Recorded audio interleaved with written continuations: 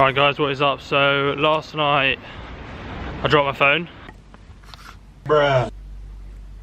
Yay. Which is shit.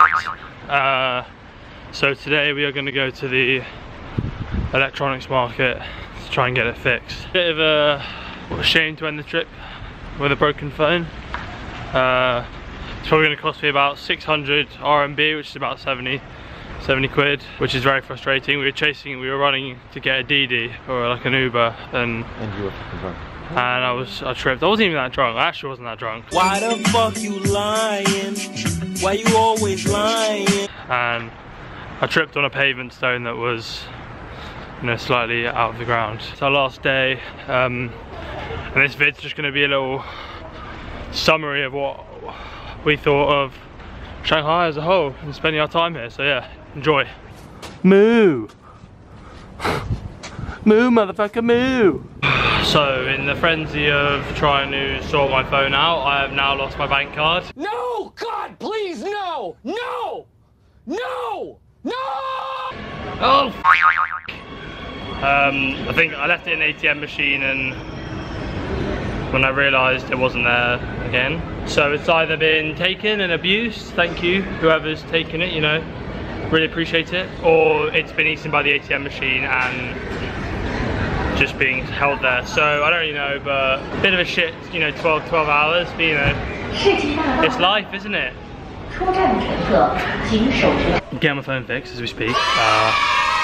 Quite interesting. So we were meant to go to this technology store called Pacific Digital Plaza, which is the place to go apparently, but it was closed, and this man came up to us and kind of started speaking Chinese. I showed him my phone and he was like, okay, follow us. So we're following him. We're like, oh, we're just like kind of saying like, oh, where are we gonna go? Like, he's gonna take us some like dark alleyway and just like stab us. But then we came to this place, which is basically like a phone doctor place, and so they're fixing it at the moment for take 20 minutes, which is quite cool.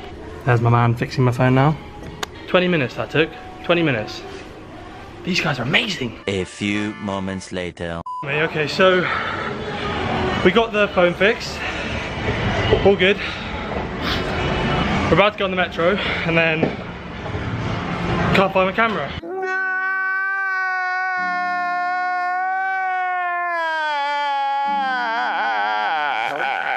Turns out I left it where we were sitting.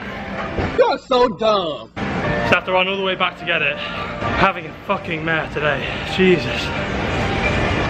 Broken phone. Bruh. Bank card. Bruh. I left my camera somewhere. Check yourself before you wreck yourself.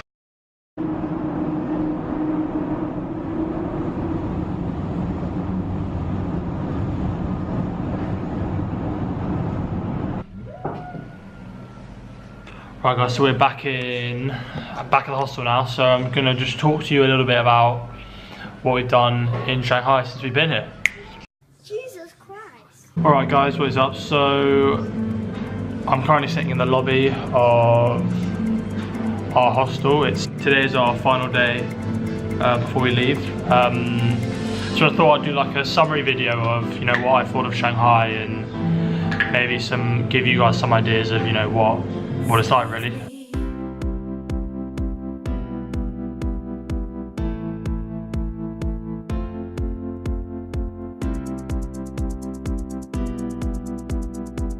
The first thing I'm going to say is that Shanghai is, in my opinion, not a city that you can come and visit as a traveller and enjoy to its fullest. It's a big city.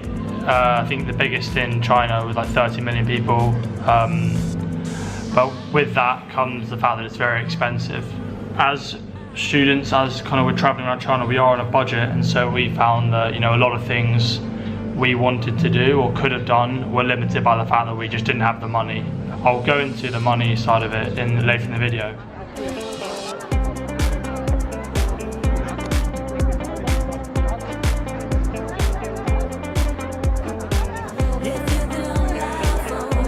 On the first day we arrived, we went to the Shanghai Tower, which is the tallest building in China. That was my first video of this little week series. That was a lot of fun. So we did that, explored Pudong, the new Pudong district. that was really cool. I went by the Pearl Tower, there's a Disney store there, that kind of stuff. And then after that we kind of came back and just chilled out. And then second day, what did we do on the second day? Our second day we went to like a local market, and that was quite interesting actually. And kind of like almost like behind the scenes Shanghai, so not the bustling city you expect, the more kind of local side of it. Saw some chickens being murdered, yeah. And then also in the evening we went to the Bund, which was probably the best, I don't know, was it the best part? Was the Bund the best part? Do you reckon? It was, definitely was. Cheers for that input. Yeah, awesome. Like it has, like as the again another one of my videos shows, amazing views, so picturesque. So that was a lot of fun. Then day three we went to the French concession and walked around there. No, that's a lie. Day 3 we went to a place called Tianzifang, which is a really small place, quite touristy, but it's basically lots of like small alleyways, and there's lots on offer there, so that was actually quite fun. And we actually stumbled upon that accidentally. We were looking for the French concession, which actually turns out it's a massive place, but we were looking for the French concession and we just walked in there, and then we did some cool things. We tried some liquid nitrogen food, which was quite funny, and yeah, and then did that. And then day 4, what did we do day 4? Day 4 we went to the Jing'an temple, which was cool, which was a lot of fun, yeah. It was interesting to see like a Buddhist temple in the middle of a bustling, you know, modern city. And then after the Jing'an temple, we went to the Yew Gardens. After the Jing'an temple, we went to the Yew Gardens, but they were closed, so that was a bit depressing. And then yesterday we kind of just chilled out. It's been kind of shitty weather as of recent, so yeah, so we've kind of done less and less in our days as the week's gone on. I put that down to, as I said, the money side of it, you know, not being able to do too much because we're students, and also just because I don't think there is actually that much to do in China touristy wise. The one thing we haven't done, which we kind of regret, is kind of exploring slightly further outside of Shanghai. So there are quite a few cities on the kind of the borders of Shanghai, which was really cool to which would have been really cool to visit. For example, Nanjing. We actually tried to go there, but to book a train you have to book 24 hours ahead, so that was unfortunate. We stayed very central in Shanghai, so I'm sure there is a lot more to do. But yeah, I guess that's one thing you could do, is go explore kind of slightly out of. I'm sure there is loads more to do, and we haven't probably done a lot of it, but you know, this is just my personal experience. So I heard quite a lot of different things before I came here, you know, what the city was like, and I'll be honest, I was quite underwhelmed by it all. It's a really big city, and it is really big, so I was expecting quite a lot, but there wasn't as much to do here as, you know, first let off.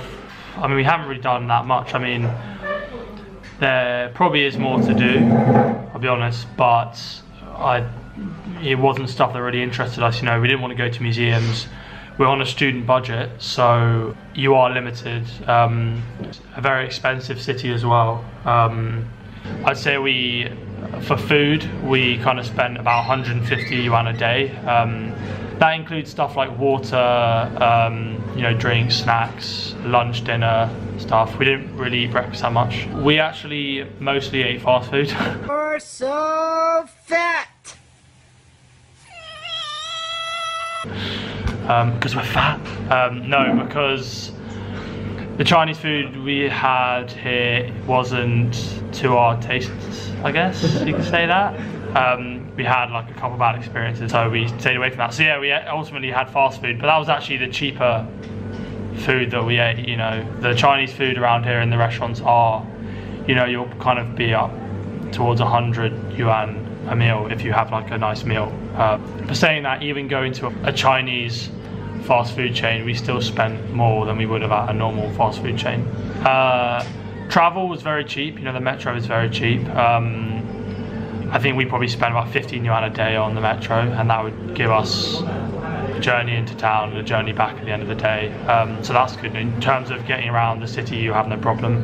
DDs, you can do DD here. They're not that expensive, but the metro is just so cheap that you shouldn't do anything else than that otherwise. But the only thing is that the metro stops at 11, so if you go out, you have to get a DD back in the evening.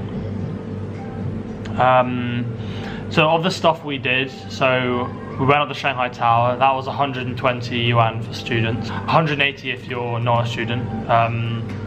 We went to the Jing'an Temple, cost 50 yuan. Then other things, yeah, I'm trying to think of other things that we kind of... Oh, our hostel. So the hostel cost us in total 1,050 yuan for the week we were here, which we thought was pretty reasonable. I'd say we spent what? How much money did we spend in this? 300? Overall. Overall. Yeah. We were just discussing. I'd say overall we probably spent between 200 and 250 pounds this week, including the cost of the hostel. I wouldn't say we, you know, spent elegantly, you know, did lots of things.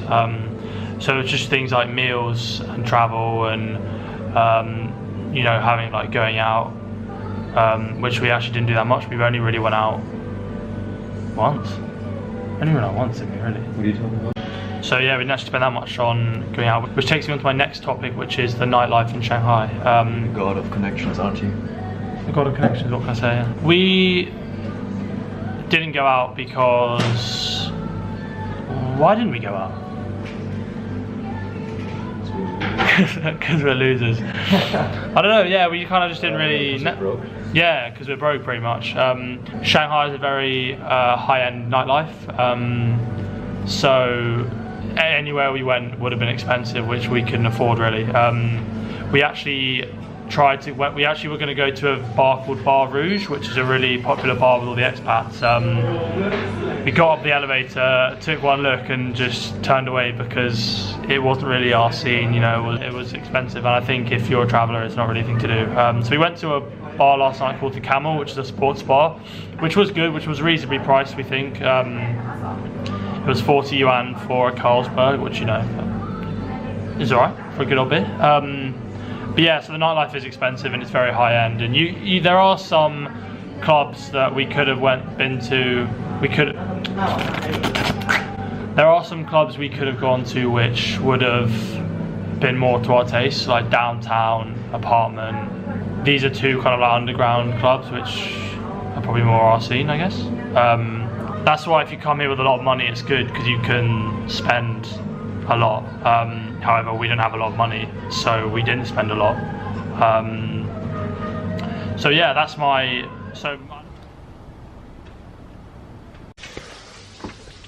Alright, yeah, so what's our hostel been like? Well, our hostel has been interesting. The hostel itself, so we're staying at Hidden Garden Youth Hostel in Pudong. The hostel itself has been really, really nice. The people here are lovely, and people who work here are really, really lovely. And so then they're very welcoming and they offer a really good service. However, you know, the rooms maybe aren't as ideal. I mean, I don't want to be rude because it was the best hostel on offer really. But when you've got 8 people in here, it does get quite out of hand. Living with some of these guys has been a bit testing at times.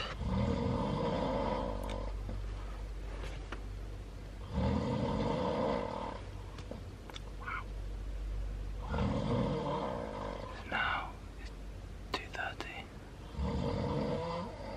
It's been like this all night. What the fuck is wrong with him? The beds aren't very comfy. The mattresses are very thin. You can literally like... Oh, mine isn't so bad, but actually Malta's is bad. And yeah, so it's just like a bunk bed style, like that. So yeah, and then it's quite it's quite far out of everything as well. So it's in Pudong, so it's kind of further, it's nearer the new district rather than a French concession or where most of the expats live. So it is a bit further out. But they do a really good breakfast, which we had this morning, which was really nice. When it's only been me and Malta in the room, it's been good, and this other weirdo.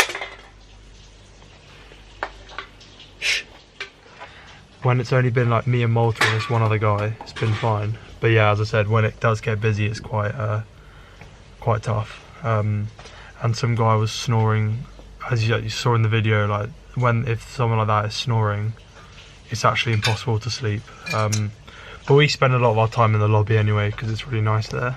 So yeah. Yeah, so I think if we came here again, we'd probably get a private room rather than a shared dorm. But each to their own really, isn't it? So what's my overall summary of Shanghai? Well, I really like Shanghai. Wow. It's a cool city, it's a really cool city, and I think just walking around it gives you a sense of how big it is and what it's like. And I think that's a big aspect of going to Shanghai, is just experiencing such a big city. Would I come here again? Possibly, not as long, so maybe for 3 or 4 days, and with more money. Definitely I'd need more money. But yeah, so it's been an interesting experience, to say the least. And yeah, so we're just looking forward to our next journey, which is Xi'an. Peace out, my dudes.